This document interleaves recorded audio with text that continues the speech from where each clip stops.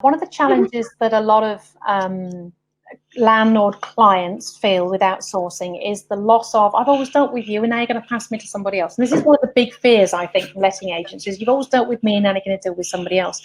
And I know one of the things that we've found landlords really like in this circumstance is actually having a dedicated tenancy manager. Now, this isn't law or you've got to have it or anything like that. We just think this really helps to pacify landlords, clients, tenants. If they've got one or two points of contact, obviously you need a backup when people are on holiday and things like that, but very minimal points of contact, because there are some outsourcing companies that have set up where you just get whoever answers the phone.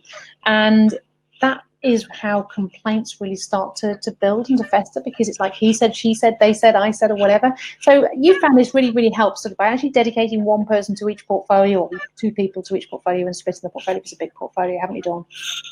Yeah, absolutely. And I think what you've got to remember, the key factor here is when you're outsourcing on a white labeled basis. So as I said to you earlier, you want that outsource management to be part of your team. So what I found was much better was to give dedicated tenancy managers, and it will depend on the size of the portfolio, how many work on that team in particular.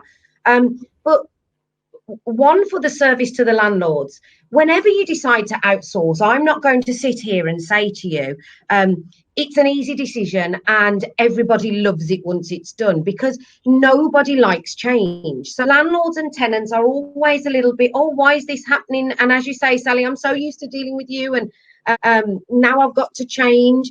But what we found is that it's a much easier process if you do have a dedicated tenancy manager.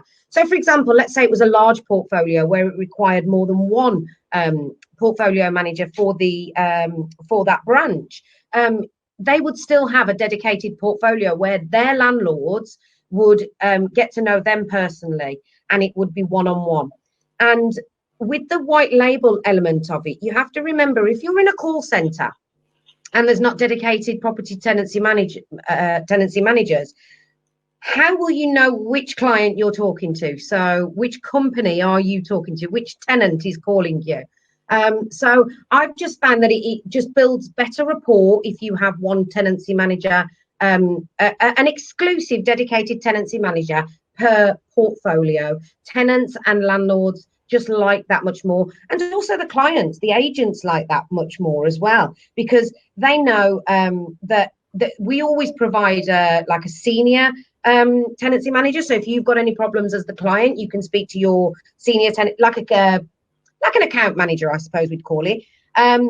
If you've got any problems that you wish to discuss as the client, you can speak to your account manager. But if you've got a problem with number 9 Acacia Avenue, you know that tenancy manager is Amy, for example, and you can go and speak to her direct.